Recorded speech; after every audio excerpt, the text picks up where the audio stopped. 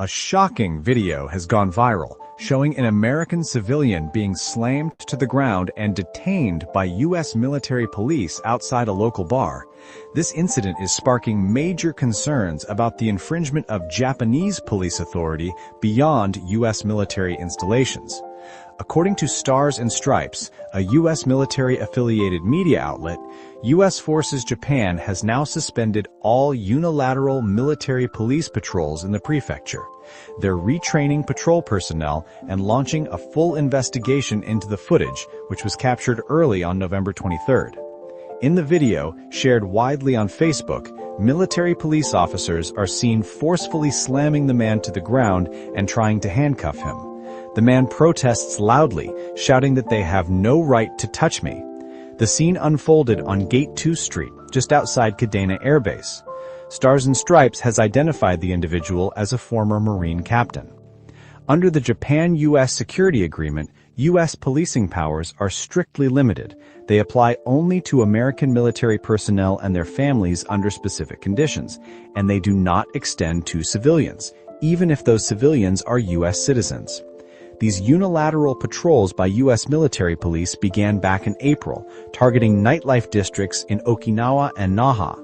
Their goal was to enforce an order that bars off-base drinking between 1 a.m. and 5 a.m. But this latest event raises serious questions about overreach and jurisdiction. As the investigation unfolds, local officials and residents are calling for greater accountability and clearer boundaries to prevent future incidents. This story highlights ongoing tensions in U.S.-Japan military relations. Stay tuned for updates as more details.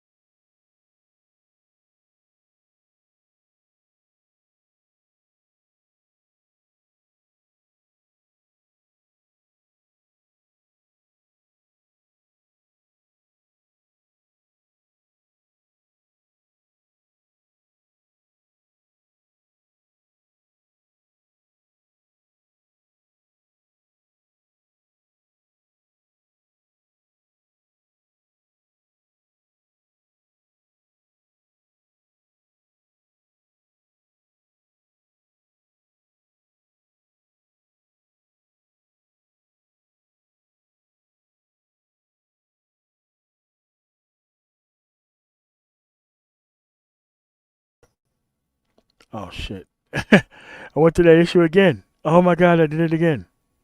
Okay. All right. All right, so let's go over this again.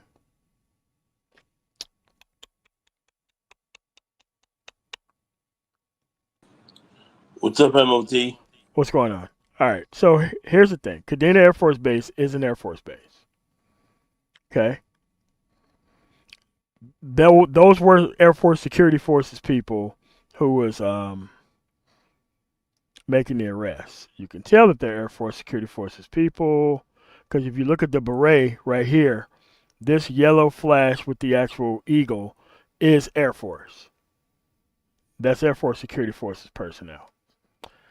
And normally, the actual rule is you make Armed Forces Network, you're going to jail. Period. It doesn't matter what the issue is. You're going to jail. Something like this going viral, you're going to jail. All right? That's what it is. The Air Force don't play those type of games like that. Because you're talking about not just slamming a civilian, which is crazy. You slammed a former officer of the Marine Corps. Doesn't matter what branch it is. But you slammed a former officer. If you think another officer is about to let you get away with something of that magnitude, dude, you crazy. You are out of your mind if you think that you are about to get away with something like that. That ain't even about to happen. I pull people over.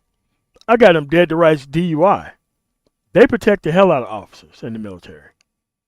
They don't do that for enlisted personnel. These people are not being retrained. What they mean by quote unquote retrained is they're going to be retrained in somewhere else other than the actual United States Air Force. There you go. There's no doubt about that, MOT. I have a very good friend, actually, fraternity brother and so forth. I've known him over 40 years. He was a lieutenant colonel in the Air Force, and very sharp brother. One of the things you said, they don't play when it comes to officers. There's no question about that. You put your hands on officers, you start attacking people, they are going to lock you down. You go into the brig. What else will go down from there is a whole other question. But you are not you're not getting anywhere away with that. There's just no chance. And the same is literally, I would say for the Army and certainly for the Marine Corps as well. But but all branches of the military do play that way, especially when it comes to officers as well. So that's a huge problem. That's a huge issue. What you said, you're getting a lot, no question, no, absolutely no doubt about that. Now the protocol, because I have been to Kadena and I have performed security in that area doing that. I mean, this issue has been an issue that long. I haven't been in the military in 26 years. And it's still a problem in the same place, right? So, listen, in normal circumstances, you could drink from whenever you want to wherever you want to. But they try to stop military personnel for drinking outside of those areas so that way they can stop other issues from happening on base. That's why the cutoff is 1. Because there's probably a lot of issues that make it so that way. Like, look, if we could just stop people from drinking at XYZ time, we can cut down on these incidents. Because, incidents cost money, make the military look super crazy over there. And then you have, personnel get kicked out. Then you got the local media involved. Then you got protests because whatever goes on out there, all types of things, right? All this stuff can be stopped by just stopping people from drinking out there for the most part. So, look, this type of situation right here, them dudes in a world of trouble. Kadena Air Force Base and Okinawa, Japan, where you have people who have tattooed on them that I am not Japanese. You can only see that type of stuff in Okinawa. But yes, it's a problem. And yes, the Air Force is going to take care of it. They're going to make it look like these people are being retrained. Nah, man, them dudes going to be chaptered up out of there or have 45 days of hard labor. They're probably going to get 45 days of hard labor, then they're going to get chaptered out of the military. 45 days of hard labor is definitely minimum. Definitely coming up. They're getting their serve on like the next day. Oh, man.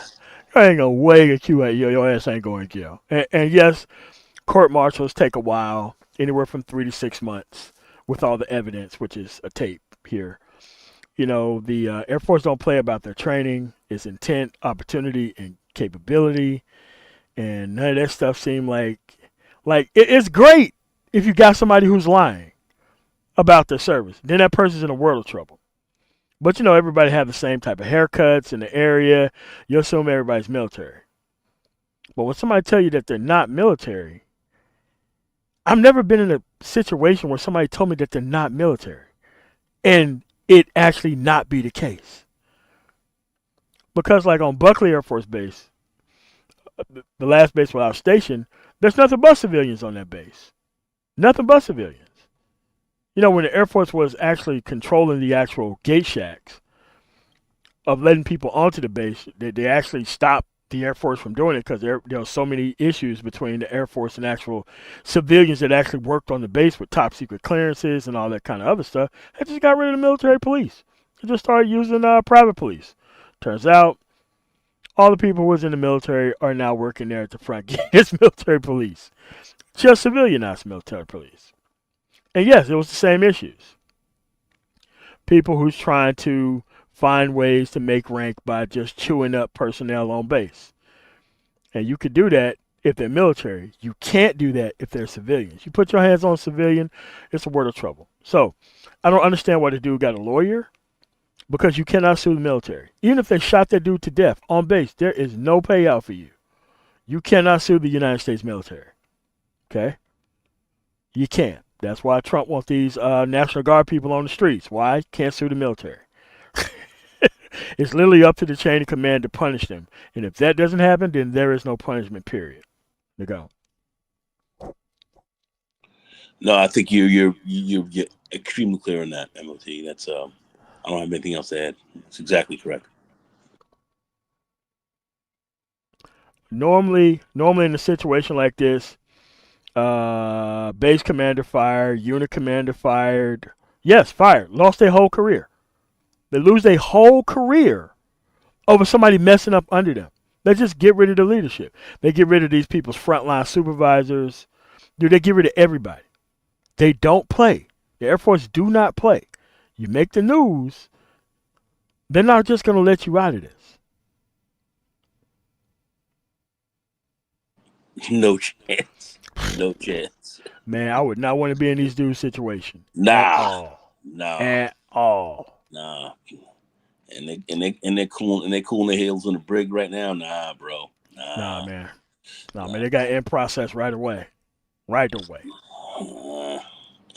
No game. All right, so we're gonna listen to some of Pete Hegseth's comments, about 10 minutes. This was in Simi Valley, California, but we need to listen to some of these comments that is being had here.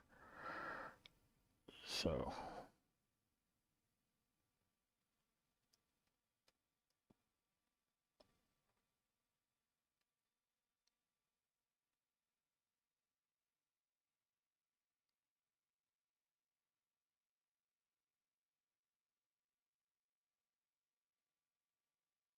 '27.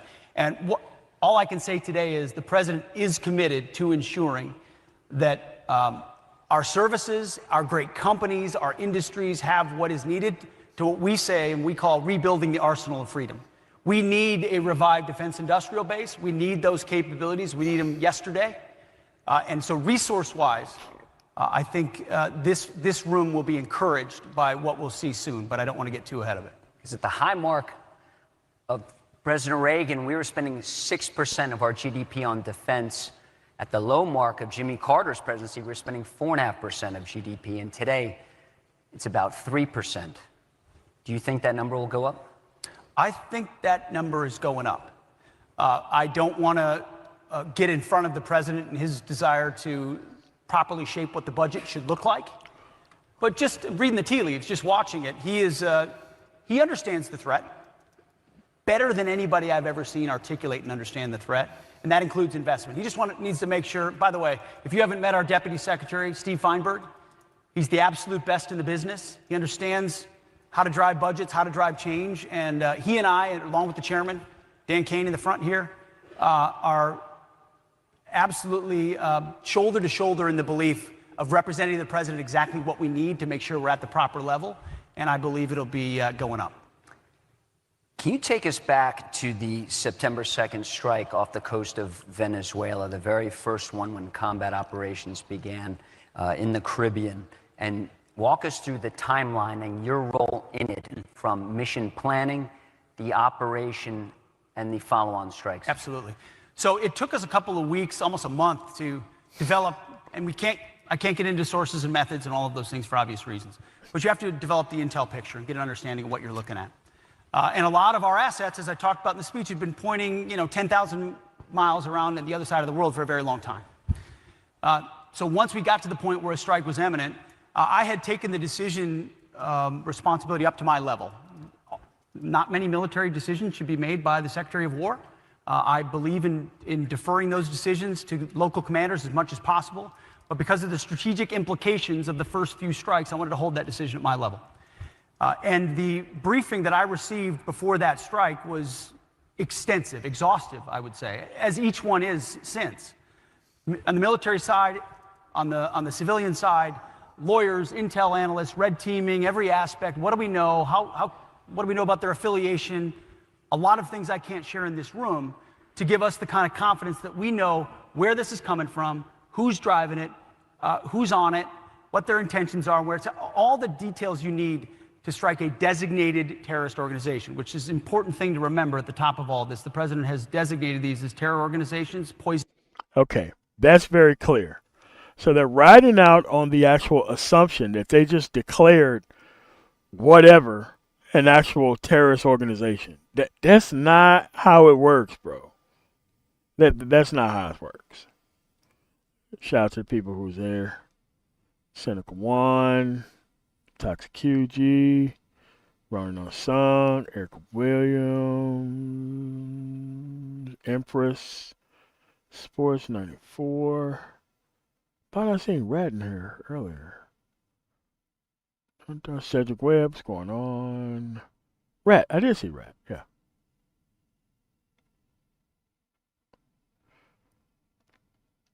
Oh, Jack Charles, what's going on, man?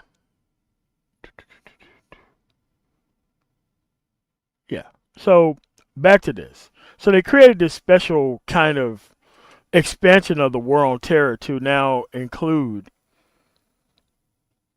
people who sell drugs in the United States. Okay. So now let's break this down. The war on terror was about 9/11, Iraq and Afghanistan.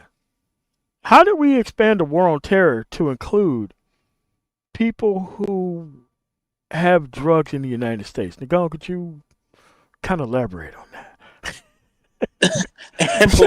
sounds crazy. MOT, this is absolute madness.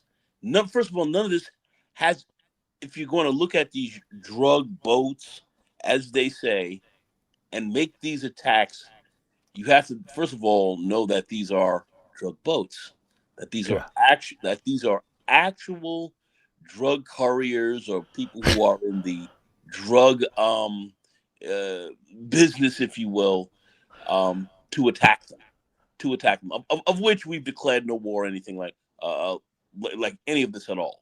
So these actions, quite frankly, are illegal. But be that as it may, let's say we see this. We have no proof whatsoever that these boats have anything to do with the drug business. They're just arbitrarily riding around the Caribbean, blowing people out of the water. Yeah.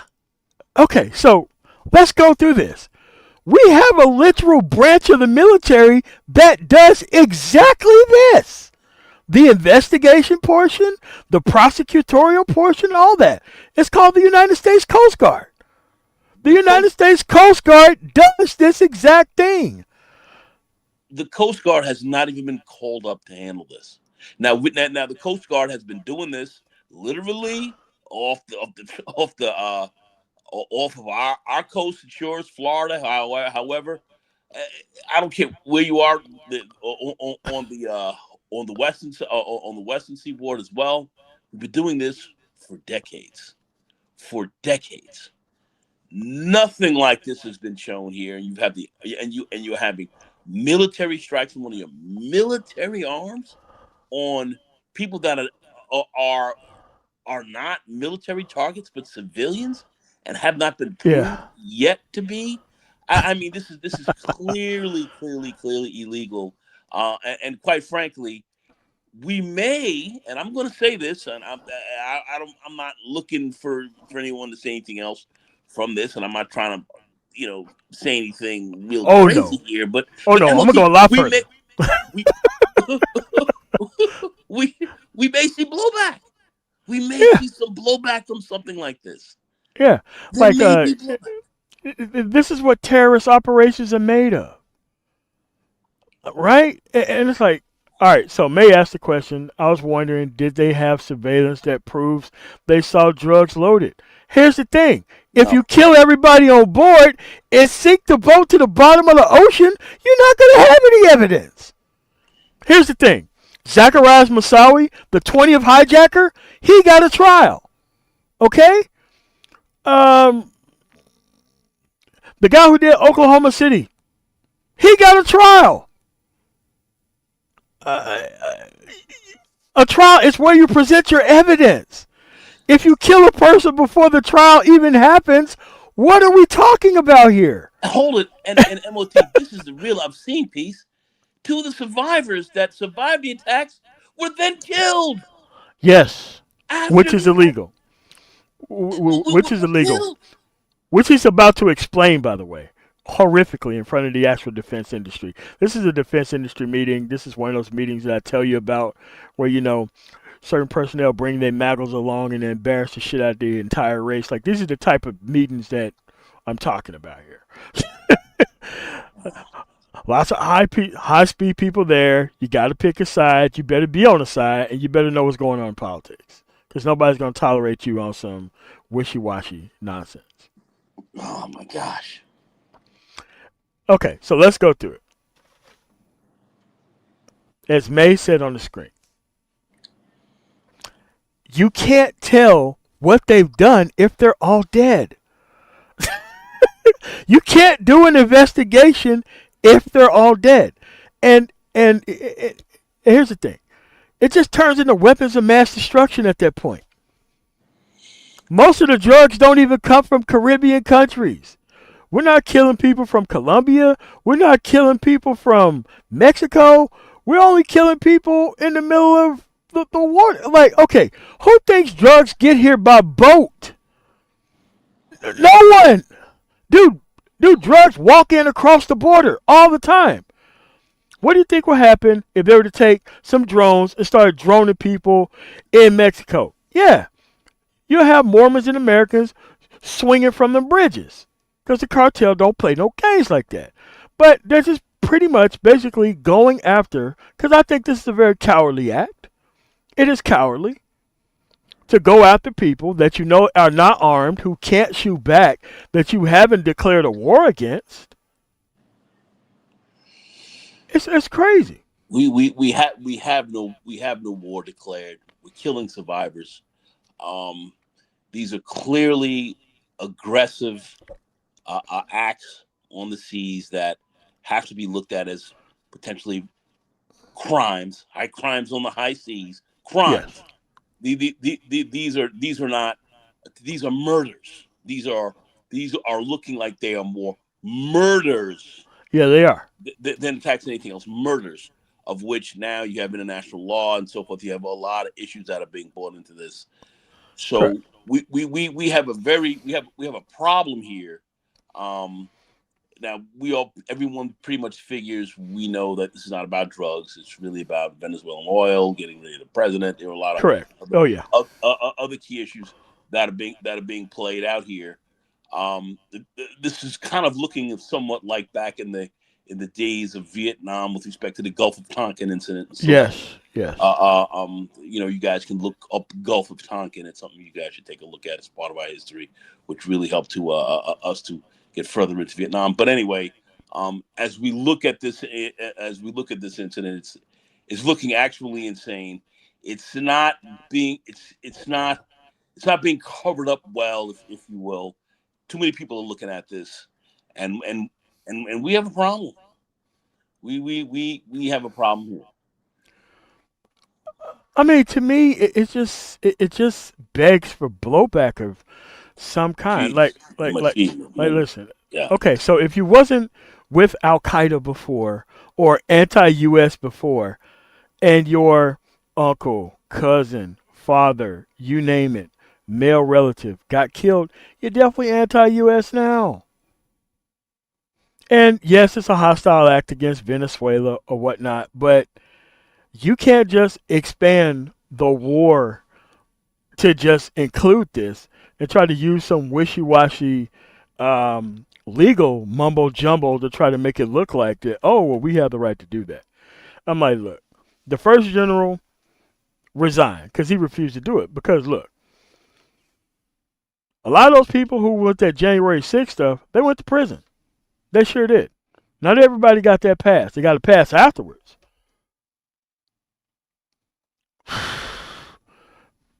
Yes, I mean, we're already losing a lot of allies. A lot of people are stopping, like Great Britain is stopping sharing intel with us and whatnot, and they're right to do so. Like, the U.S. is a failed state.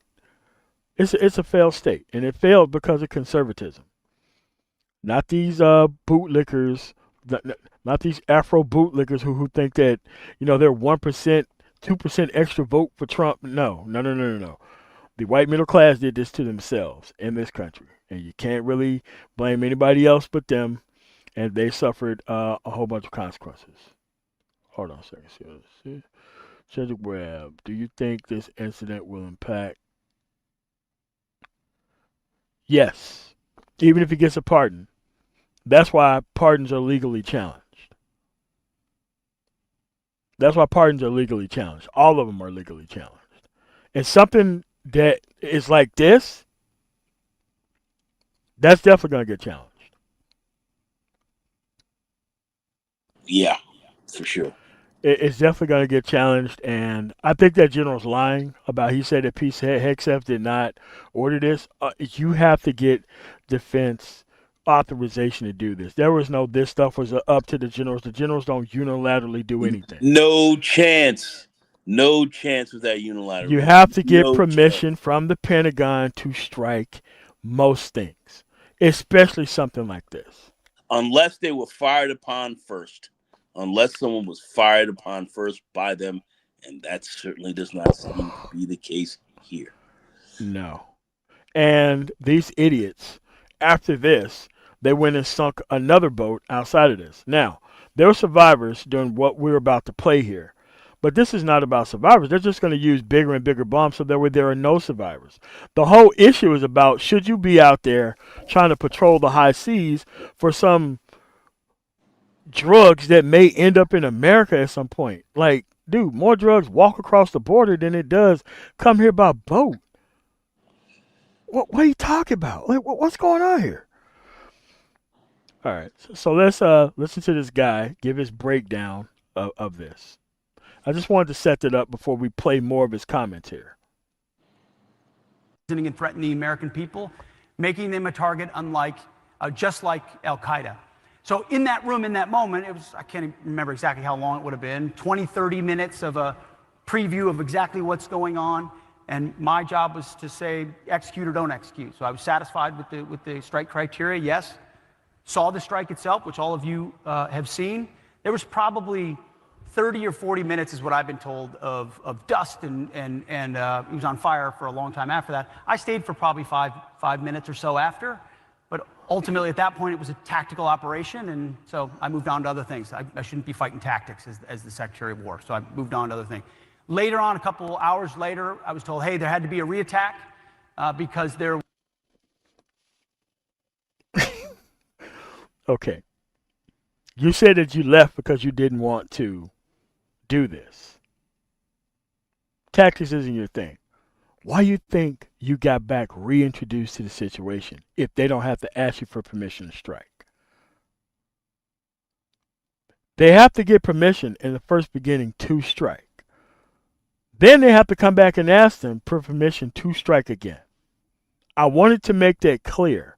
That he said he was done with it because he got other things to do, and then he got called back to ask again about another strike. There is no, we just did another strike and we didn't ask you. There are survivors here, and they're cleaning the wreckage. It may be illegal, legal, or illegal, but if they're not shooting back at you, there's nothing you can do. You have to go out there. You have to go save those people. You have to. Like if there's a plane, gets shot down, it crashes, you have to provide medical care to the people on the ground. You just can't go there and mow them down with automatic weaponry. You're taking your ass to jail. Can you torpedo a boat, sink it? Yes. If everybody dies on it, okay. But if there's people clinging to wreckage, you have to go save those people. They killed those people. To survive. They killed them.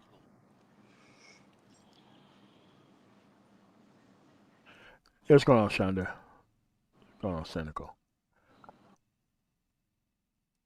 Yes, it comes from Mexico, Canada, and then less than 1% to everybody else. Venezuela don't even top the list. Probably not even top 10. Unbelievable.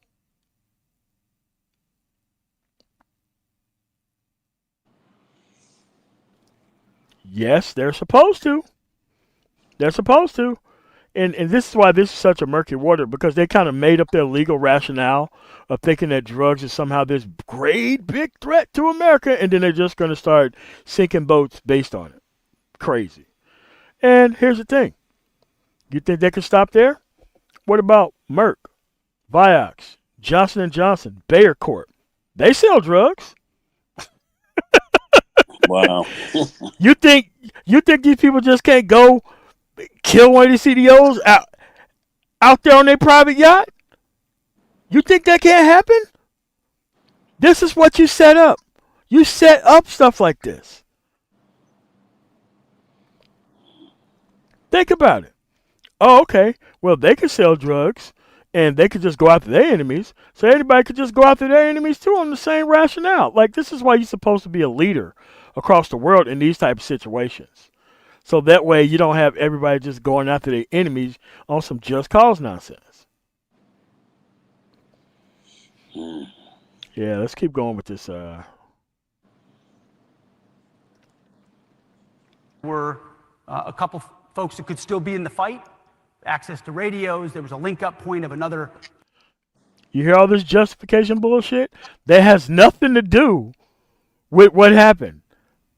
The drone caught the footage. It doesn't seem like none of that shit is happening. Remember, he said that he saw some smoke and he just left the room. All this shit is nothing but bullshit excuses. Potential boat. Drugs were still there. They were actively interacting with them. Had to take that read. I said, Roger. Nagano, if you're clinging to a piece of wreckage in the sea, what drugs are you interacting with, sir? You're not interacting with any drugs. What kind of shit? It's the craziest thing that's going on. But there's some other bigger pieces that have come up here, because now we looked at the legality behind this. But remember, days before this Post report, the defense secretary, these guys, they threatened to recall Mark Kelly, a Democrat senator, to active military duty, to face court martial for his role in a video created with fellow Democrats, kind of advising service personnel that they have a right to disobey legal orders.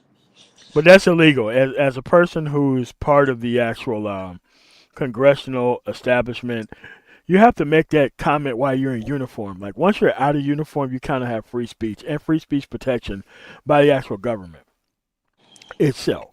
Like, you just can't go off and just, we're just going to reactivate your actual enlistment to court-martial you. That is not how that works. It doesn't work that way. It certainly doesn't, and it's manifestly unlawful to kill someone. Oh, of course. Yeah.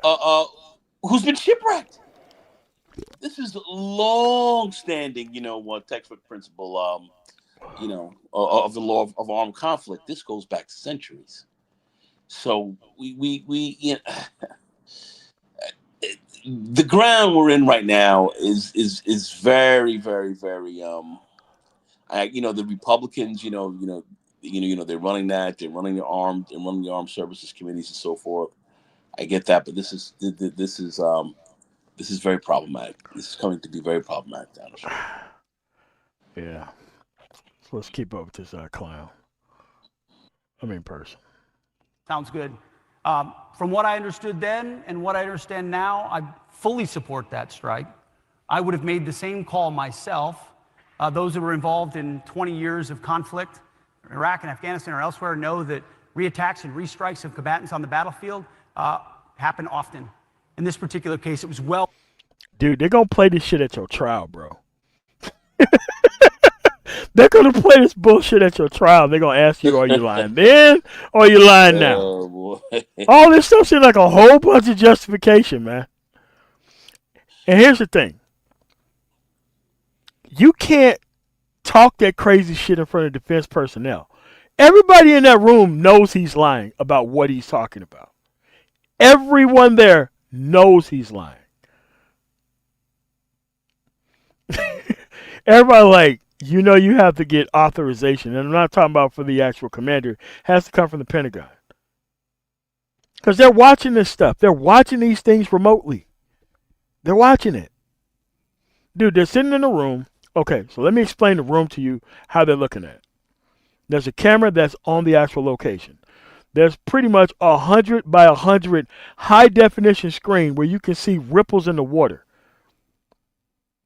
He knows that there is no authorization strike without him. Now, what he probably did was authorize the strike and just left the room. That's what I think he did. Right? But another drone caught the actual stuff, and that's what it is. I'm like, look, getting caught is always illegal. Always. Man, this dude don't know when to shut the fuck up. Like, dude, I just would have said it's an ongoing investigation. I'll get back to you later. / don't ever fucking ask me about that again. Ever. or else your company will never see another government contract. And then this story would disappear. But he up here explaining this shit. It's crazy. Within the authorities of Admiral Bradley, who's an incredible American, an American hero. And the 22 or 23 strikes since have followed the similar protocol of ensuring we meet the criteria. The decision's not at my level anymore. And then we take the strike. Now, after Admiral Bradley's meetings on Capitol Hill with the chairman of the Joint Chiefs, President Trump said he would have no problem if the full video of the strike is released. When can we see that video? When will you release it? We're reviewing it right now to make sure sources, methods. I mean, it's an ongoing operation. TTPs. We've got. No, just show the fucking missile hitting the goddamn boat, and you shooting them again. You don't like, yeah, like, bro. They're trying to like sanitize the video before it comes out. Yeah, that's exactly what they're trying to do. Dude, what are you talking about? Like, bro, this is pretty open and shut.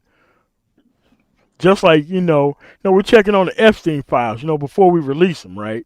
We got to make sure the correct files are in here before we release them. It's the same nonsense. Like, what are you talking about, Chief? Let's keep going. Operators out there doing this right now. So whatever we were to decide to release, we'd have to be very responsible about. So we're reviewing that right now.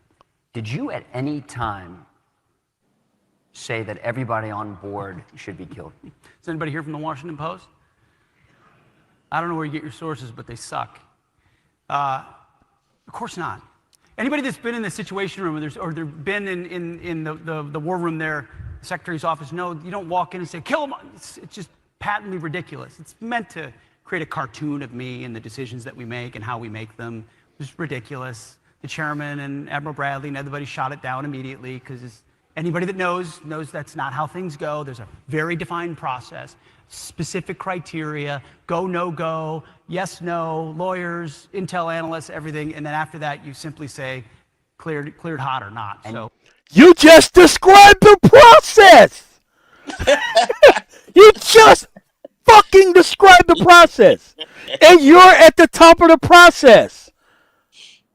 Yeah, dumb nigga. You described the process. There is what is going on? He just said that he didn't know. Then he just described the fucking process. What's going on here? What? That's what I'm saying. What are you doing? Like, dude, I hate to give grifter advice at this point in time, but you might want to shut the fuck up. Do like some hand gestures. Like, this is a perfect time to know what's going to be asked before you're being asked. So that way you can't claim that you didn't know what was going on. You left the room and then you turn right around and explain the entire process. Word for word for how it is. Incredible. Unbelievable. Incredible. That's why I wanted to play it.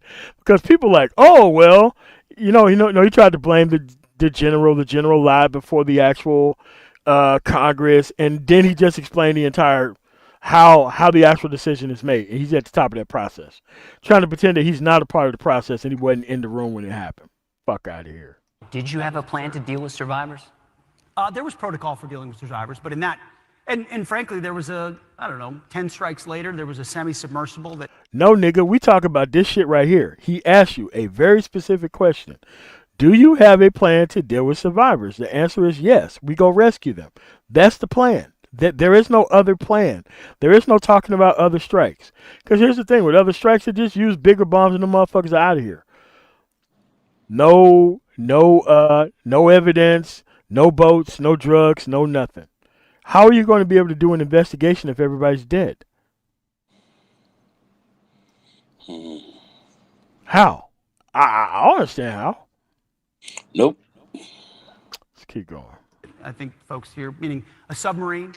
You don't go fishing on a submarine full of drugs. And in that particular case, the first strike didn't take it out. A couple guys jumped off and swam, from what I understand, a ways away.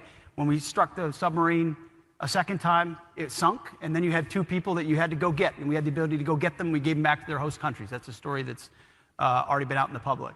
So we didn't change our protocol. It was just a different circumstance.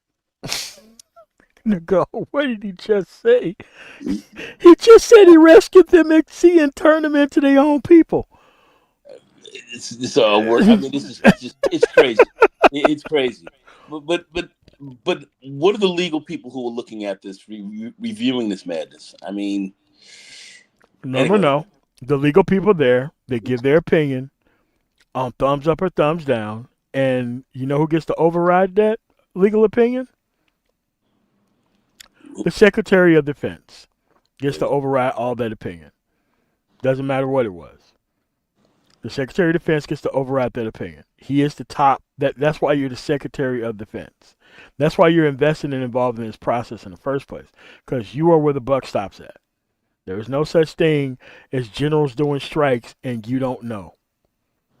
And he just described what happened in another situation that was done legally. You go out there, you gather these people up, and you send them back to their host countries. But you didn't do this in this specific situation. This is why I don't understand why he's even talking to this guy about this and making himself look crazy. So what people think is cavalier or cowboy about it is the exact opposite.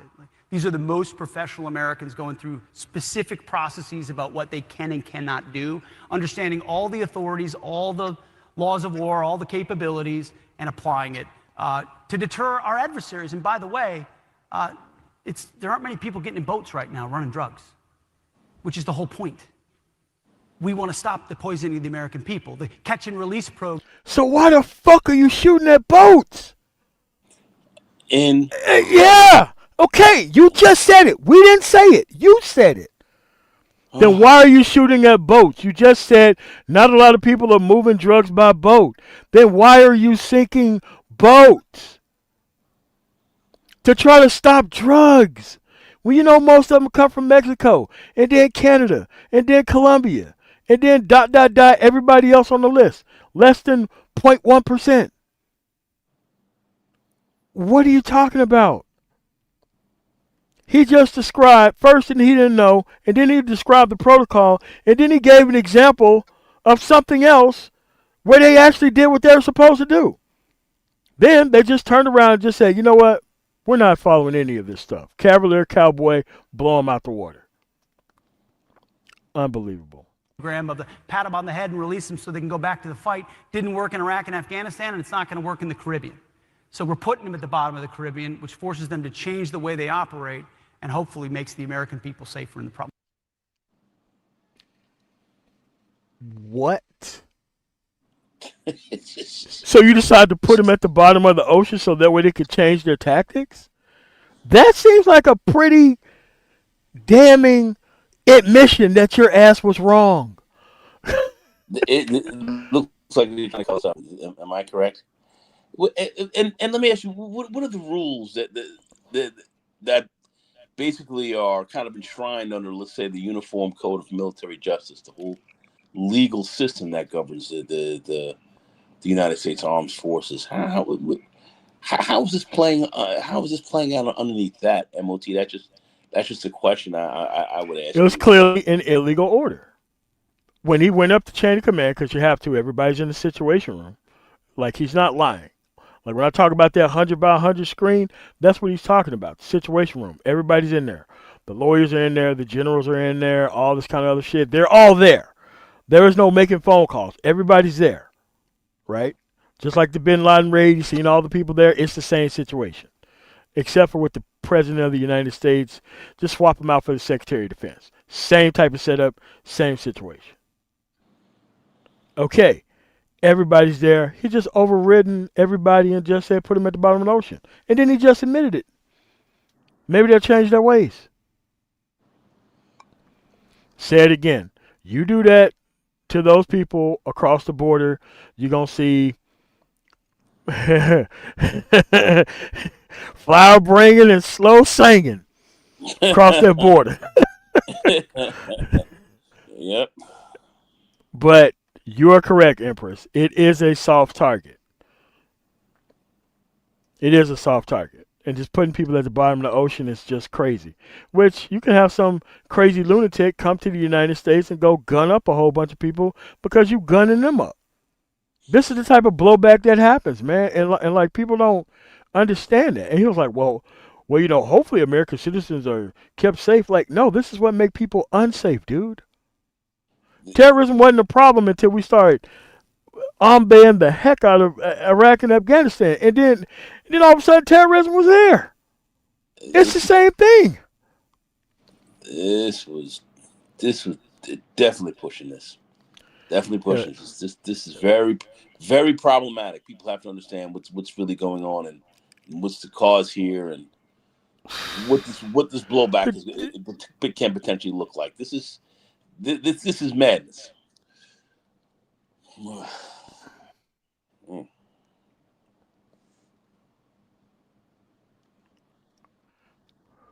Not hopefully. It will make the American people safer in the process. So, Mr. Secretary, you will be releasing that full video. We are reviewing it right now. We're reviewing it. That is For what? the most important thing to me are the ongoing operations in the Caribbean with our folks that use bespoke capabilities, techniques, procedures in the process. I'm way more interested in protecting that than anything else. So we're reviewing the process and we'll see. Let's move over to China, who now has the world's largest navy. For every 8 warships they're building each year, the United States is only building 1.8. They're building and modernizing their nuclear forces, building a nuclear triad. They're helping Russia build artillery, 300,000 rounds a month. The U.S. can only muster 40,000 rounds manufacture a month. How concerned are you about these numbers? Chinese shipbuilding is 230% greater than the United States' capability. How worried are you about that? Well, we're obviously well aware of their historic military buildup. It's right in front of us.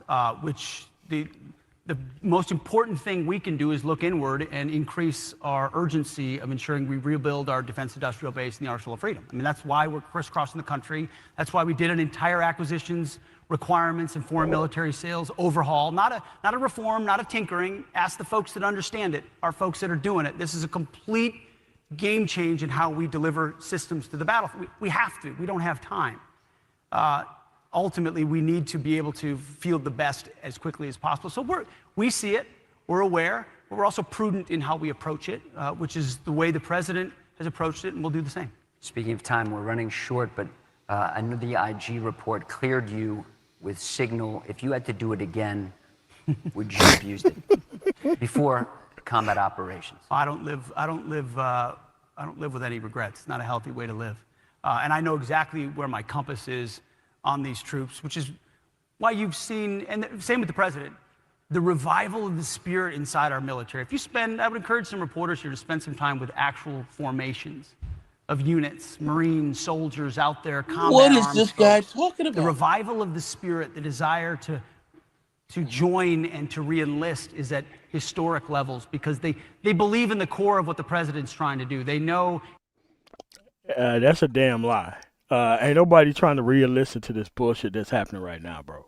Not at all. No. They're not. And no mixed military, and let me tell you, I'm telling people to steer clear of the United States military at least for the next 10 years. Unless you literally don't have any way else out of these type of situations, because these people, they do not care about you, period. And I would say every conflict since World War II has weakened my actual hope in the actual military. But, you know, you never concentrate on that stuff. You know, graduating in the 90s in a small-ass town, no other way you can get out and make money. But, man, that right now, shit, I wouldn't be sending my nephews to this shit. Fuck that. He has their back. They know I have their back. Silly news stories peddled for months and months and months and months and months because you got to fill. I know something about filling cable news segments. You got to do it. Is not something I worry about or they worry about. But when you were a young platoon leader in Iraq, would you have wanted any of your soldiers communicating your mission before leaving the wire? I mean, Lucas, I had to use an AT&T payphone to call home for $1.99 a minute, and some contractor was ripping us off. So I would have liked anyway to actually communicate back home. AI, a quick question on AI. Would you rather to see your soldiers, Marines on the front lines armed with more AI capability, or have them replaced with autonomous systems? I think it's going to be both. I mean, you watch the modern battlefield, it has to be both. The couple companies we visited yesterday and others I've seen, I mean, what AI is doing to 10, 100, 1,000x the speed of sensing, and everything we do on the modern battlefield is critical. But autonomy is we see it in Ukraine, we see it elsewhere, we're learning from that, the Army's learning from that, is a huge part of the way of the future. So it's definitely going to be both. Well, this number is flashing 0. One last question, a small one. Who's going to win next week? Knows how to get another one in. Army or Navy? Who are you going to be rooting for? You know, there we go. Heard that? He's a Naval Academy grad. I know that. I'm not supposed to answer that question. If I was a good politician, I wouldn't answer that question. But I will say that the Marine Corps, of all the services, is the service that never wavered. The man, fuck this. Oh, he asked you about the Army and the fucking Navy, bro. wow. Yes. Oh, God. you can see why the military is. You can see why a lot of guys are not supporting this dude, man. This is there's some issues. There's some issues inside of our military currently with this guy. No, I mean, but it starts from the leadership down. Like, those people did what they did on Kadena because they knew there wasn't gonna be no consequences for it. Yeah.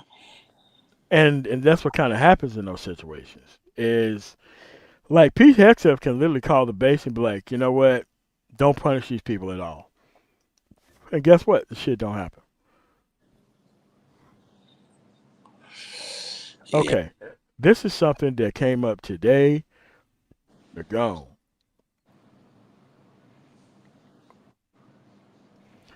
The United States Congress passes a compromised National Defense Authorization Act, limiting U.S. troop withdrawals from Europe.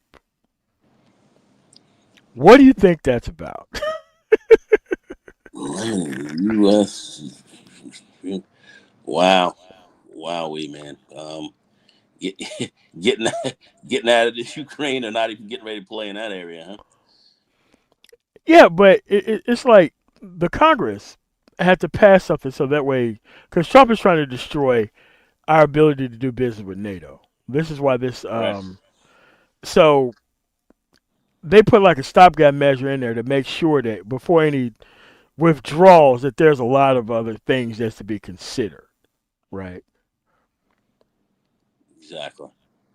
And I'm not gonna lie, that is good that the Republican Party has done that. Who's in charge of Congress? That is good that they've done that. Because you just don't. I mean, people think it's a good idea. Oh well, we'll just bring all the troops home. To do what? What? To do what? Do what? What? Be on the streets in the rest of these cities across the United States? Come on, man! Like, what are you talking about here? Yeah. Deploy them in your cities, right? Yeah. All right. That's one story. Let's get to this next story here. A second.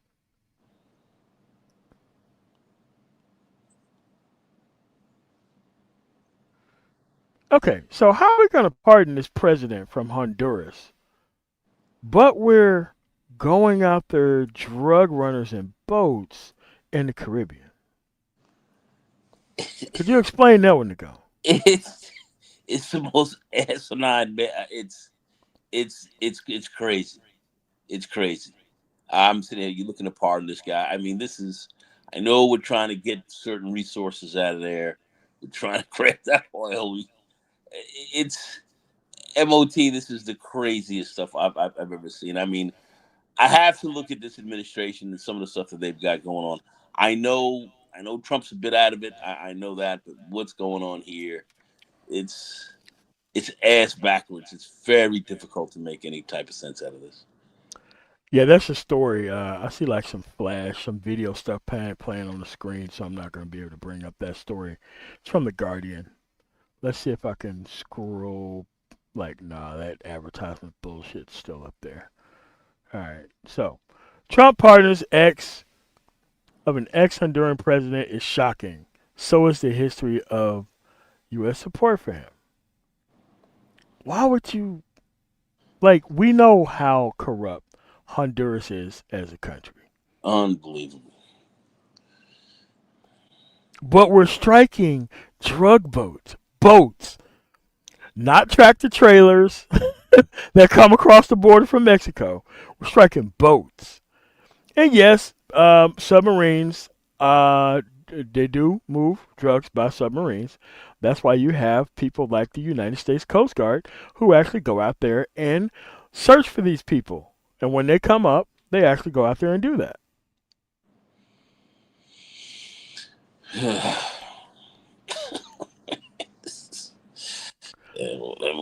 At the same time, it's like, what's going? It's like, okay, so what's supposed to happen now, right?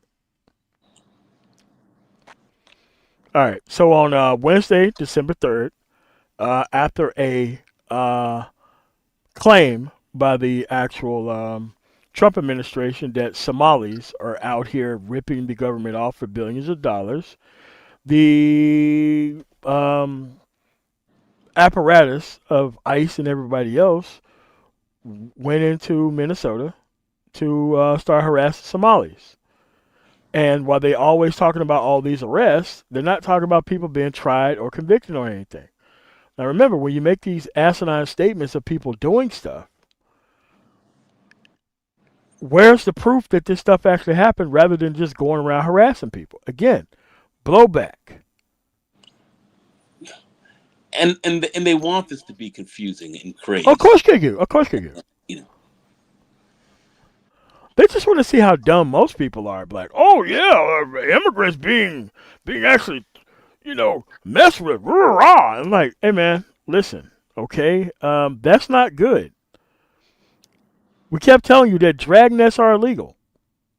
These are the same idiots who actually complain about the actual, super predator comments, but okay with the federal government riding in the neighborhoods and harassing people.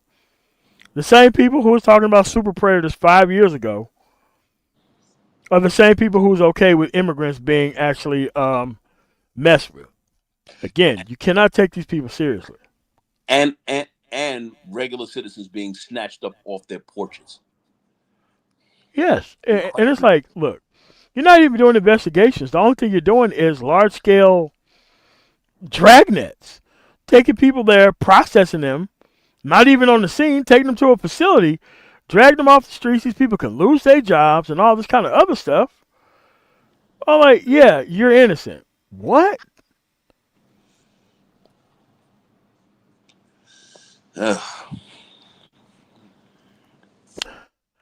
And a shock to no one, Henry Srillar from Texas, who was pardoned by the president, is not going to switch his party while he's running for actual government office. And he got pardoned of federal bribes and conspiracy charges. And Trump pardoned him to go run for office again to receive more bribes. Unbelievable. What's going on here? Was it really supposed to change to a Republican because you did that? What's happening? Unbelievable. Like, this doesn't make any sense, Nico. It does make sense if you look at what this guy is doing.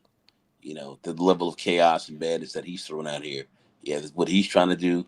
Yeah, but just look at what this is doing for your public trust and everything else. You really have to, you have to look at MOT, metaphorically speaking, what kind of blowback is going to come back from this. That's what I'm saying. It's crazy. And no matter what happens, he's going to use it as justification to keep doing other stuff against these personnel. Right? Because whenever trapped in a corner, whenever domestic policy don't work, he just crank up the immigration raids, and the actual yup idiots is just eat it all up. Yep. You know how many times I have seen like this new sticker going around? This is exactly what I voted for. Bullshit that come from these super evangelical, crazy, not even Christian-ass Christian people. Unbelievable. Complete madness. It doesn't make any sense. Okay, so this is something that happened on the 5th of December. 5th of December, the Supreme Court decided to hear Trump's challenge to the actual birthright citizenship case. Now, if they alter birthright citizenship in any way, our country is finished. Done. Finito. Now, the 14th Amendment, because don't listen to black people when it comes to the 14th Amendment just being for them. Okay? Too fucking stupid to understand it means anyone born in the country, not just your black ass born in the country. Somehow, when things are for everybody else, they think it's specifically for them. And when it's specifically for other people, they think it's for them. So you can't win either other way. Okay? The birthright citizenship has been solved since 1898. Now, they did restrict it for Chinese citizens. That's correct. They did. Nope. I'm sorry. I cannot team up with dumb niggas no matter what dumb niggas say or do, man. Sorry. This seems to be something that dumb niggas are actually hiding behind, and I don't want to be with those group of people. Now, Hardcore Tito was on, who was that? Keep It 100 panel, and he was talking about how this would mean it's good for black men. Like, no, it ain't. At the end of the day, if you wanted those jobs, you would already have them. There is no harassment of immigrants that's going to make you get off your ass and get to fill these jobs that are already not being filled. That is absolutely correct. And we've been talking about that for a while here. Listen, if you wanted those jobs, you would already have them. And because at some point in time, Hardcore Tito was a driver because he did a couple of streams when I was watching him. He did a couple in the bed of his truck. So at that point, he was a driver. So, and he's from Chicago, so he sees the amount of people who's in the transportation industry, and it ain't fucking black men. Black men do not want to be on the road. They want to pay attention to the consequences that they got themselves into. They don't want to get out on the road and go make no money like that. They ain't trying to do that. And there's so many opportunities. That is one of the easier opportunities, getting your CDL and so forth, to get out there, to get on the road for black men. It is wide open for you. People who have come out of jail and have had, records and so forth have gone out and gotten their CDLs and have moved forward. For those who are more, for those who are enterprising, you can. Yeah, but maybe that's a separate issue, though. No, those amendments meant for 3 people. It's like, okay, so let's go back to the Bill of Rights. The Bill of Rights was pretty damn specific. Guess who it left out? It left out black people out. So they had to come with a whole nother rule to actually encompass us, right? Like, we didn't have the right to participate in the political process at all because of domestic terrorism. So they had to get rid of Jim Crow so that way we could participate. They had to come up with the Voting Rights Act, the Civil Rights Act, so that way we could be protected under the Constitution. That already explicitly said that we should be protected already. So if you're looking for another rule for that, that's something that's way different. I don't side with non-working people, period. I am for people who are here, legally or illegally. If you work for a for-profit organization, I want you to be an American citizen. So that way your ass can be compensated like everybody else. So that way you can be taken care of like everybody else. So when somebody exercises some wage theft, they can be locked the fuck up like everybody else. And if you want a separate 2-tiered system, because pretty much American citizens were the original 1099 motherfuckers when we came here. No rights, couldn't complain, couldn't redress our shit before the government, couldn't do shit. Couldn't do it, damn. Man, there ain't no way in the hell I'm going to do that. And then we had through the Constitution, you had to come through, or you had to get your Bill of Rights and so forth. You had to take a look at a lot of things that came about, try to get you assimilated here, of which we didn't get until literally let's think about it. Kind of more or less civil rights movement to a large extent. Gotta be honest about that. Okay, well, this isn't worth a whole stream to do on. May, please do a stream on addressing Somali and the trouble of non-assimilated immigrants who take coup a city or state. That's not a thing. People have the free ability to live wherever they want to in the country, right? So if you're talking about, know who they consider non-assimilating? Our black ass, non-assimilating to evangelical Christian bullshit, right? You're never gonna hear me talk about assimilation. Not in this country. Because assimilating means turning yourself into a right-wing Latino person who ignores the actual things that are going on with their own people, but try to pretend that they're white and they're not affected by the shit the moment they get citizenship. I'm sorry, I don't want to assimilate into no shit like that. At the end of the day, what's going on in Minnesota, those Somalis are not doing anything illegal. Because if they were, you would hear a specific case about a specific person abusing a specific thing. What the Somalis are doing in Minnesota, the Jews are doing in New York. The Mormons have frequently done it wherever they live. I don't think what they're doing is illegal. They are actually taking advantage of the system as it's meant to be taken advantage of. And it's not to say anything bad about the Jews or anybody else. It's just letting you know that other groups of people are doing the same shit. But they seem to be more successful at it than other groups of people. Because that's what we're trying to actually police. We're trying to police or kick out the country actual immigrants who do good with the American opportunity. Yeah, but the whole thing is they're moving from a racial perspective, and many of these Somalis who have said we're different, we're not Afro Americans, we're not Yes. We're a different group, we're not even blacks, if you will, are now are being targeted because you are brown, you are different. Yes.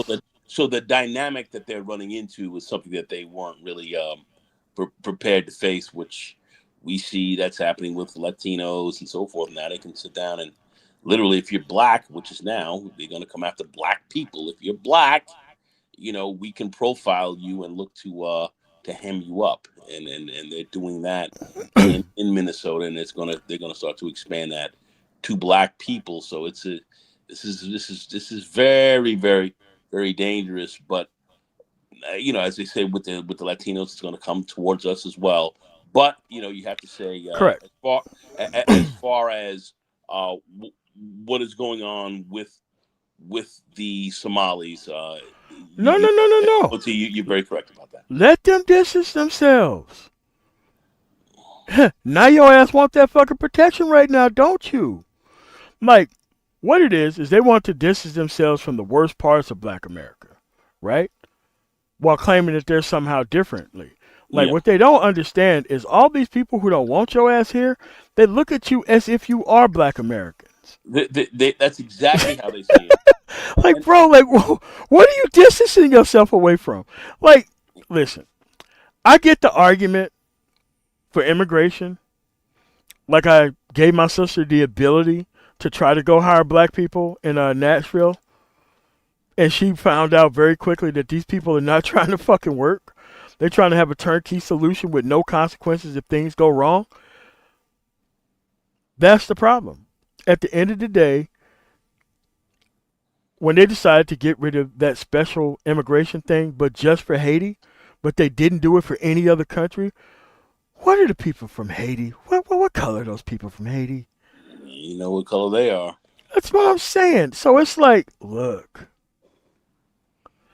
at the end of the day, you better want the same protection for everybody. Because at some point, that shit is going to be removed from you too.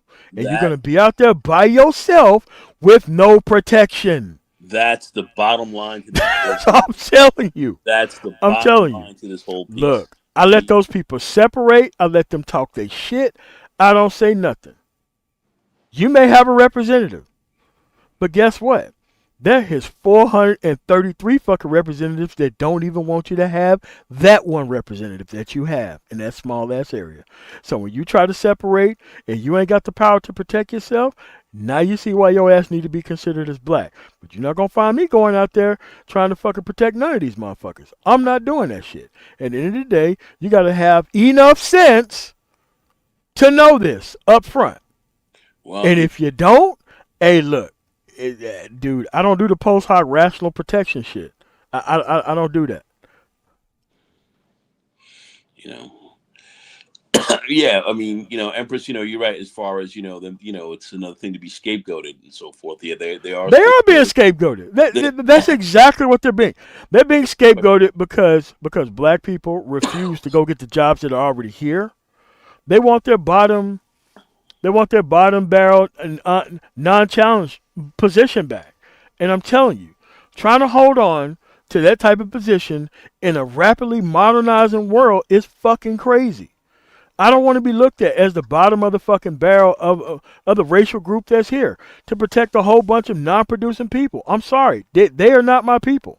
But they're looking to do this, scapegoating them for a wider agenda Yes, they are. And I know they're being scapegoated. And they don't even realize that they're being scapegoated. To a wider group of black people, which includes you.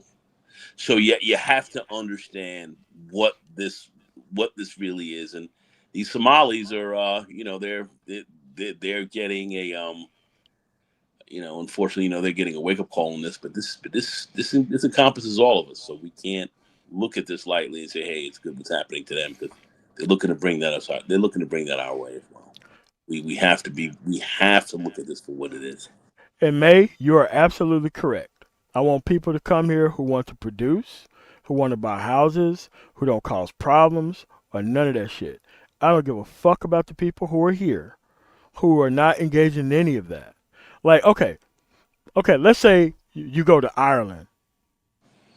You got people who would take those jobs, even the bottom barrel jobs in society. You want to know why? They're forced to pay an actual wage for those actual positions. So that way people can have those jobs. And that's how come they don't have the immigration issue. Because there is no such thing as no one's filling these jobs. We're just going to bring in people from other countries. They're like, no, the pay's going to be this for this job. So that way you can always use the people of this country. Look, the president of Poland said the same shit. We're not engaging in this immigration shit. We're just going to hire our own people and not worry about it. This is what we could have been doing here and should have been doing here.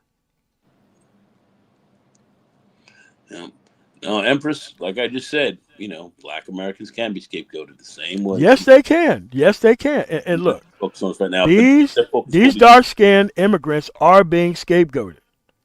They are. And it is exactly what being scapegoated is about. And they're very productive. We know the yes, they are. We know the Haitians in Ohio who are there. Yes. Who are being scapegoated. Look at they're eating the cats, they're eating the dogs. You had many white people who had them as workers and so forth who were coming and renters and all that. They were like, these guys pay their bills on time.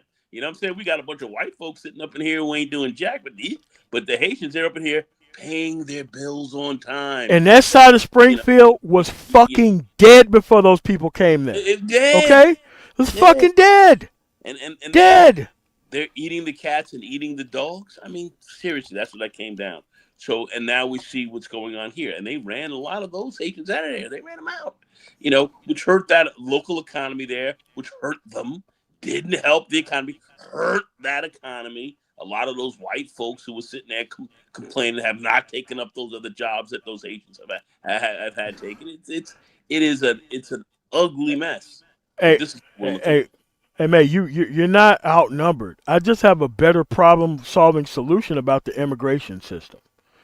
I have met these people in these areas, and I've also met people from Dayton that ain't fucking trying. it's easier to work with people who are ready to go. This conversation would be better handled having it in front of people who ain't fucking trying to do shit, but complaining about immigration. Now, you make a valid point. You make a valid counter argument to what I'm actually saying. I'm not dismissing that at all, because what you're saying is a very good counterpoint that I hear from most people who have the issue correct. But then there's the people who don't know anything about the issue and don't have your position or point of view that you have. I'm saying this. Look, if there's all these jobs open, look, the best anti-immigration move is to hire people in the United States who qualify, who actually want the job. That's the best anti-immigration thing there is. Poland does it. Ireland does it. Those people ain't trying to browning up their fucking country. They're trying to keep that shit white as fuck by hiring the people who actually want the jobs there. Well, Ireland and Poland, they do have a lot of Nigerians there too as well. Hey, look. They're not only just hiring Nigerians to do a specific job. They're gonna come here and get paid like everybody else get paid. Yeah. There's no such thing as we about to brown out our fucking country and start paying people different wages. Nah, man, that's some U.S. based bullshit. And look, like I said, I am on the side of working class people. Like my sister had to see it my way after I gave her the money. Okay, great. Why don't you go try to hire these black motherfuckers and see what happens? Could barely fucking keep the doors open. And I'm like, okay, so why don't you try going over here to all these other places and hire those motherfuckers from Home Depot and see if they fucking show up. All of a sudden, didn't have a motherfucking problem, right?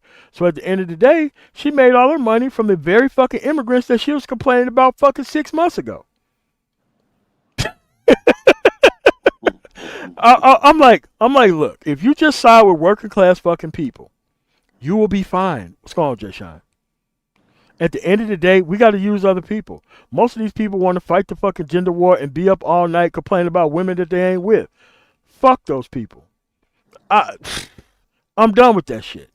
At the end of the day, I'm trying to move on and deal with other groups of people that are ready to go now.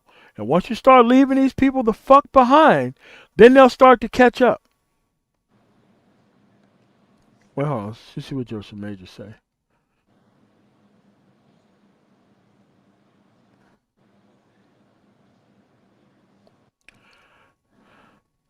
Okay, that's a whole stream by itself, and it's a lot more fraudulent than you can actually imagine. But here's the thing, and I'm sorry, I have to. Well, okay, I could give you a 10-minute synopsis of what I'm actually saying. Okay, a trucking company is the customers who they load and unload for. At this point, you don't even need drivers.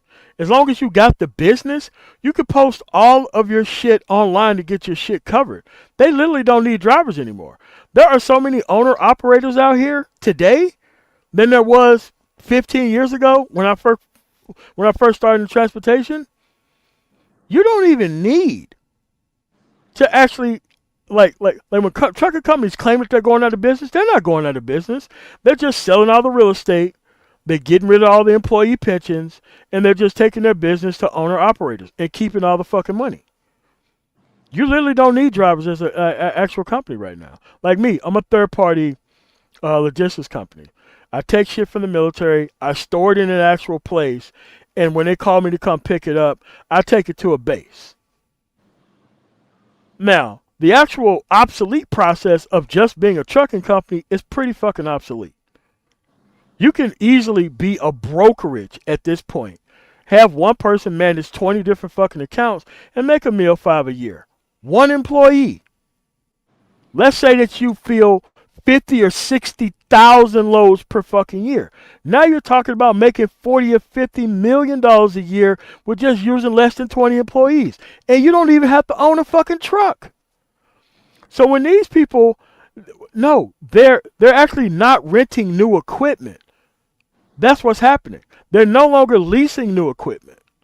because they don't need to. They don't even need drivers no more. That's what the issue is.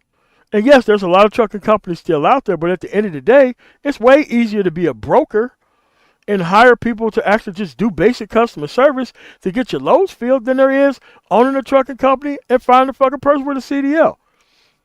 Yes, I'm saying it as a third-party logistics person, that you don't need drivers nowadays. You don't. Only thing you need is an actual subscription to Truck Stop or DAT or Direct Connect, and you can get all your fucking loads filled. That's more money in your pocket, and you don't even have to fuck with a truck or oil change or nothing. I'm out here driving because I fucking want to. If I don't want to drive, I could just sit my ass at home in fucking Denver, but I don't want to do that shit. I like being out here.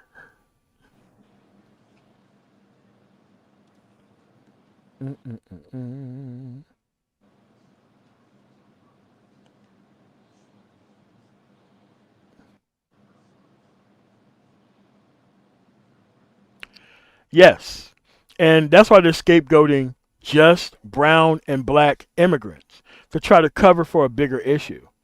And that's another thing that people don't get. This is why I'm not really worried about the immigration issue. Because if this immigration issue was the same issue, you didn't hear black people scapegoating immigrants during the Bush administration. You didn't hear people scapegoating immigrants during the motherfucking Bush senior administration.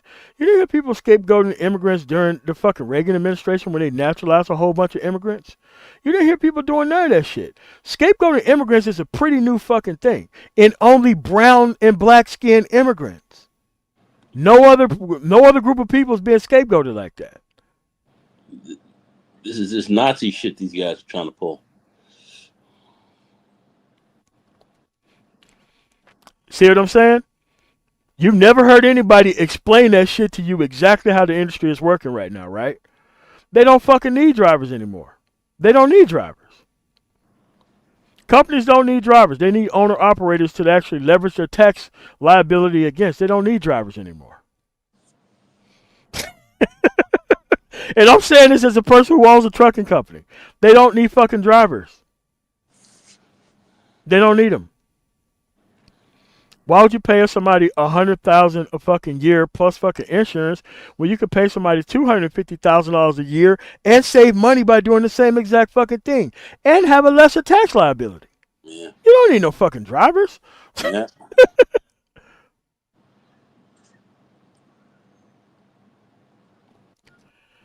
That's exactly what it is. And that's only what it is. That's the only reason why they're worried about dark skin or brown skin immigrants is exactly the statement that's highlighted on the screen. You should be over six figures. Unless you're in the South or fucking North Carolina or some shit. Yeah, but you should be over six figures with benefits. If you don't, go work for fucking Procter & Gamble. They pay $2,500 a week. No fucking reason for you to be working for anybody other than large companies. Go work for Kroger. Go work for King Soopers. Go work for Albertsons. Go work for Ingles. Go work for Publix. Go work for people who's going to pay you six figures plus benefits. And if you ain't making six figures plus benefits, then you need to be tanker certified and go do fuel or milk. That's the way to get over six figures. Anything else, you're wasting your fucking time. That food storage shit from ShopRite and Cisco and MBM, some backbreaking ass work, and you don't motherfucking make no money with that shit. Frito-Lay, you don't need to be doing that shit. Look, he's in the transportation industry. He know I'm telling the truth.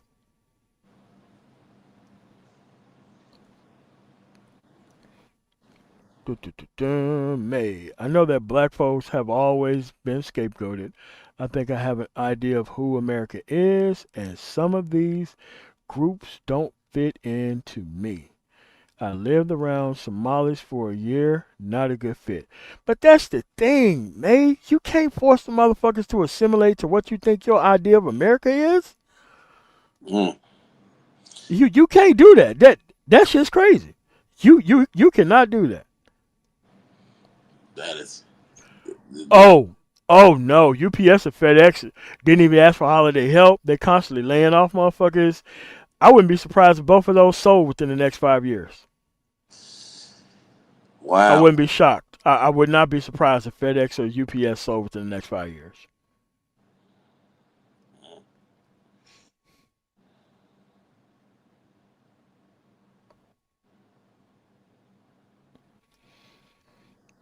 They're not even Christians. Southern evangelicals are not even Christians.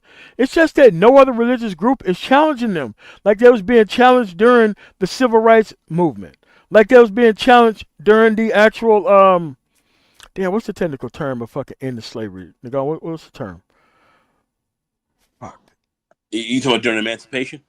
Yes, during the emancipation movement. People went to war over that shit. People did not want their fucking religion to be actually used for that reason. And they still didn't fuck with black people. Abolitionism, that's the term I'm looking for. Thanks, Shonda. So, listen. The only people who fit in America was fucking Native Americans. Okay? And guess what? Everybody else who came here after the fucking Native Americans did not fit in America. Period. And look, it's so messed up that one of the first, like, the Americans tried to challenge Native Americans on the 14th Amendment. That happened in this country. Incredible.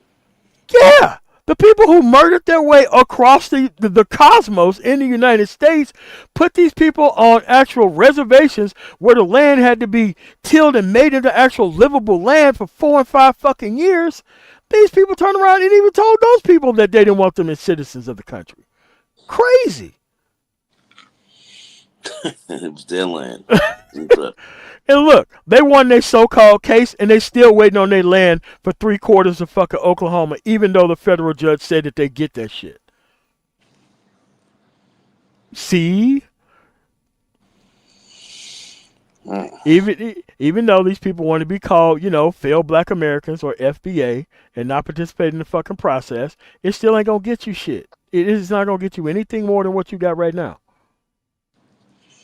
That is correct. No. If you look at Europe as an example, after they get rid of all of the colored people, they just start fucking going in on each other. The moment they get rid of all of those fucking people. And they've been doing that. They've been doing that for the last 2 millennia. They've been doing that for thousands of years. That's exactly what they're doing.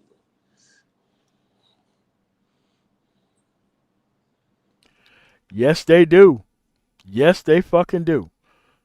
Hard than a motherfucker. You know who do that shit? Immigrants fucking do it. That's why your food go up. Because the immigrants ain't unloading the motherfucking trucks. And I'm not taking my ass out there to go do that shit. Hell no. Listen, if you really think that things are going to be better to fuck off with highly religious people once they get rid of the demographic that they want to, you don't know history. You have no idea. You have no idea about history. No idea. You have no idea. No problem for them. None. For them. They'll be like, good. All the darkies are gone. It's time to go in on these fucking whites. That's exactly what's going to happen. And I mean minute number 1 stroke after midnight. And Europe is rife with those examples. We've seen it here in the United States. Let's not even talking about the Mormons going against the Christians and so forth, and the massacres and stuff that happened with that as well. This is while they had Indian raids, they were going on each other. I'm telling you, as soon as the shit was over with. The moment they opened up the fucking New West, guess who was knifing each other in the fucking face most of the time? Come on, man. The fucking whites. We're talking about fresh land, no coloreds. These motherfuckers start going in on each other immediately. Out the frame. So. The fuck y'all talking about? Like, bro, man, look. What do you think would have happened if the South would have won the Civil War and the blacks had all the fucking skills and those black people work for all the fucking slave owners. What the fuck you think would have happened to those black people? Those whites would have killed all those whites. No. Those whites would have killed all those blacks, and then those slave owners would have fucking started killing all those fucking whites and enslaving them motherfuckers. Yeah, They would have done that shit. They would have done it. Trust me. Remember, they would have gone to war for that. Yes, that. they will. It would have been another war. That was always going to go down, and that's the whole piece that a lot of people understand as far as how this really works. But that's exactly what would have happened, and we're going to see some examples of that today. We'll be seeing this. We'll be seeing this. All right, so Joseph Majors. These are the same motherfuckers who stopped driving at 4 o'clock and be in the fucking truck stop at 4 p.m. fucking complaining about wages in the fucking industry. These are the same motherfuckers who don't understand that they're just obsolete fucking walking, right? Fuck out of here. Do not believe these old head motherfuckers who are in truck stops sitting at the fucking food court complaining about shit. If the motherfuckers are there at 2 and 4 and they haven't moved to the fucking weekend, man, don't even bother talking to people that fucking stupid. They're the reason why the industry is what it is. And they're mad that immigrants are moving off into the Northeast and driving the motherfucking trucks in the snow and unloading shit. Shit that they refuse to fucking do. Listen, if you still be on the side of working class people, you will clean people the fuck out of here who don't need to fucking be here. No. They're fronting like they want a civil war. They don't want a civil war. They want a modernized version of the Indian Removal Act. That's what they're trying to do with these fucking immigrants. You know, they on some Andrew Jackson shit. And it's not like they're trying to fulfill the jobs when they leave. They want the jobs to stay open once they leave. There isn't a whole bunch of whites who's trying to get into like hard back breaking ass fucking work. That ain't happening. There is no move by no company to come in and replace the work that the immigrants are doing. And if that was the case, then there wouldn't be an immigration problem in the first place. Wouldn't be a problem. You know it. Look, man, at the end of the day, if you be on the and you just can't be on the side of working class people. You also got to have your shit together to the point where you're not even worried about immigrants. You do like my sister was. She came around 360. First she was motherfucking complaining about immigrants. Now she hiring motherfuckers and making 10 times the money she used to fucking make. That's right.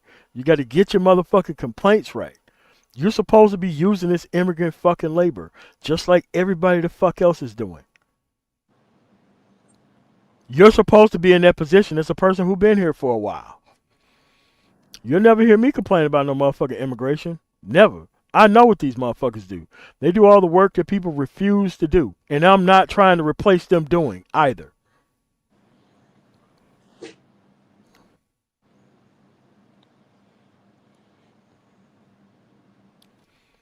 Look, they can't do it. Like the largest trucking dude on fucking YouTube, this motherfucker just bought his own truck 2 years ago. But he has millions of fucking views talking about trucks, and he just now became an owner-operator. Don't listen to these trucking motherfuckers on YouTube, like Mother Trucker and all that shit. I mean, the only thing he do is just take white bullshit complaints and make viral videos out of them. Again, no information about the fucking industry. God, it's... Find more what? No, there is no podcast at that. I've just been here 15 years and I know what I'm talking about. I just can't get that information away for free. I charge families like $300,000 to set up their whole family in the transportation industry. That's what I get paid for. Not really driving, but coming in contact with these people working for bullshit companies and getting them the fuck out of there. My information about trucking sounds way different than information that you've never heard anybody else talk about trucking.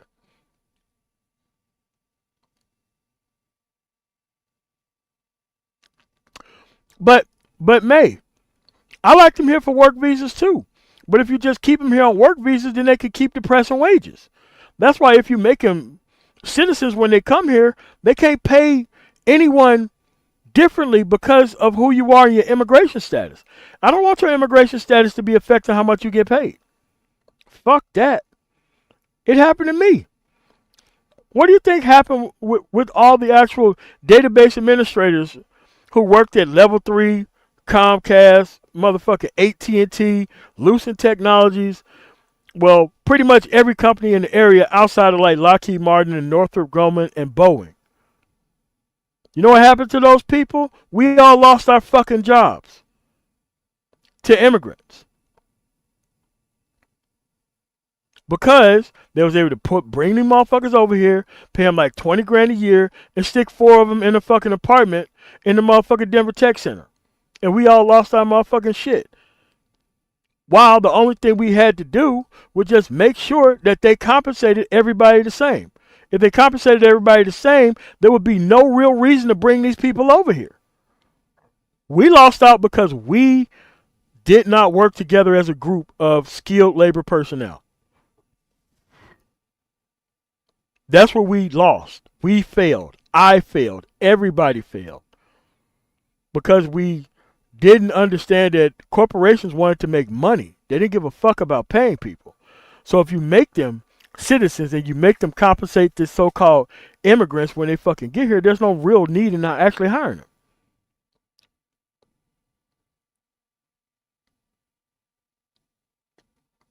Look, at the end of the day, I know it's hard to hear, but at the end of the day, you stop worrying about these motherfucking immigrants and start hiring these motherfuckers to do shit. Whites did it to us. It's either you're going to adjust to this system or you're going to consistently complain about it and not fucking adhere to the rules of it. Right now, you got Latinos taking over the South. How are they taking over the South? They got the fucking skills and they hire their own people. When you got the fucking skill set and you can hire your own people, you get to set the fucking wage. Look, 20 years ago, you had nothing but white-dominated shops. You couldn't even get your truck worked on past 5 p.m. 5 p.m., your truck ain't in the shop. Your truck would be there 2 and 3 motherfucking weeks before you get service. The Latinos went there, went over it, took over the entire industry. Now you can get everything 24 fucking hours a day. A truck will drive up to your fucking house and do an oil change and any fucking thing that you need 24 hours a fucking day. There's literally no need for dominant white shops anymore. No need for it. And that's power that they built from nothing. We could do the same shit. It's just that, look, you just gotta stop having these people trying to get their kids into sports and have them actually learn how to fucking do real business and hire fucking skilled labor. Not hard. Super easy.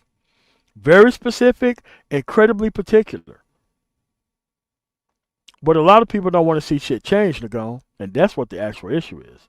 They want their bottom position at the bottom, and they don't want to be fucking challenged. That's the real fucking issue. And a lot of people like things the way they are. They sure do.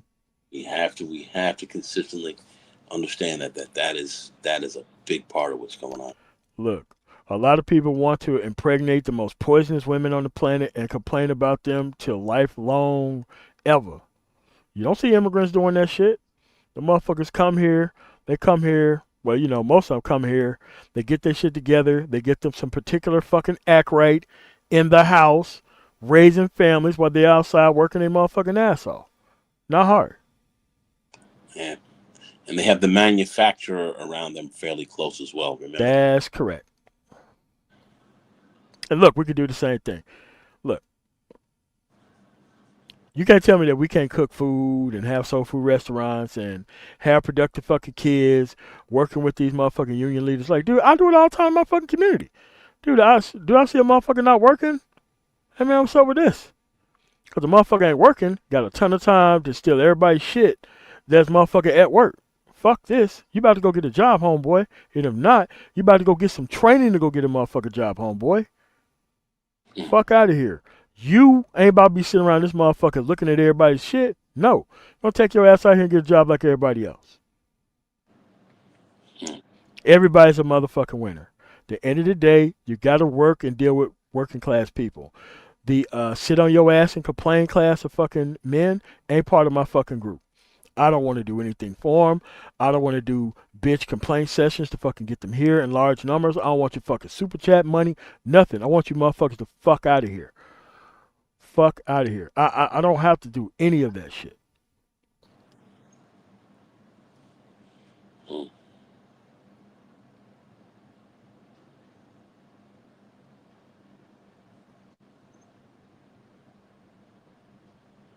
Hold on a second.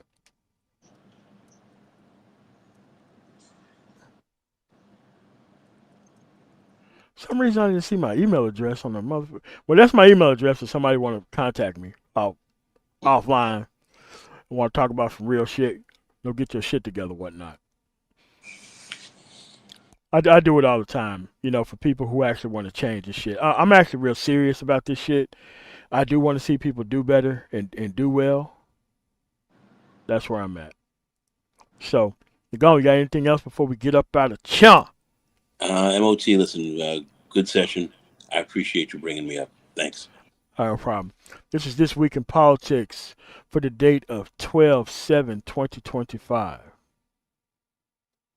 I want to thank you guys for coming through. The people who came here for the first time, make sure you subscribe to the actual channel. We do this every week.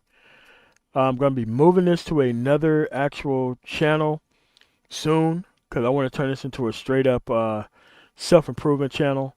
Go back to my old pre-Manosphere stuff, some hard-hitting stuff, but I just want people to be working class. I want you to go solve your life. I want you to do better.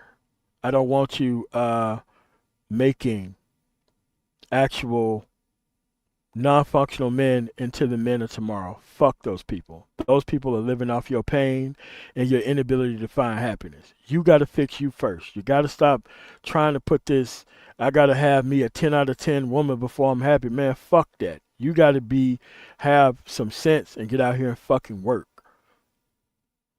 If you don't have the ability to take care of shit in society, ain't nobody going to be attracted to sitting on your motherfucking couch and while you have your feet up like fucking Captain Morgan.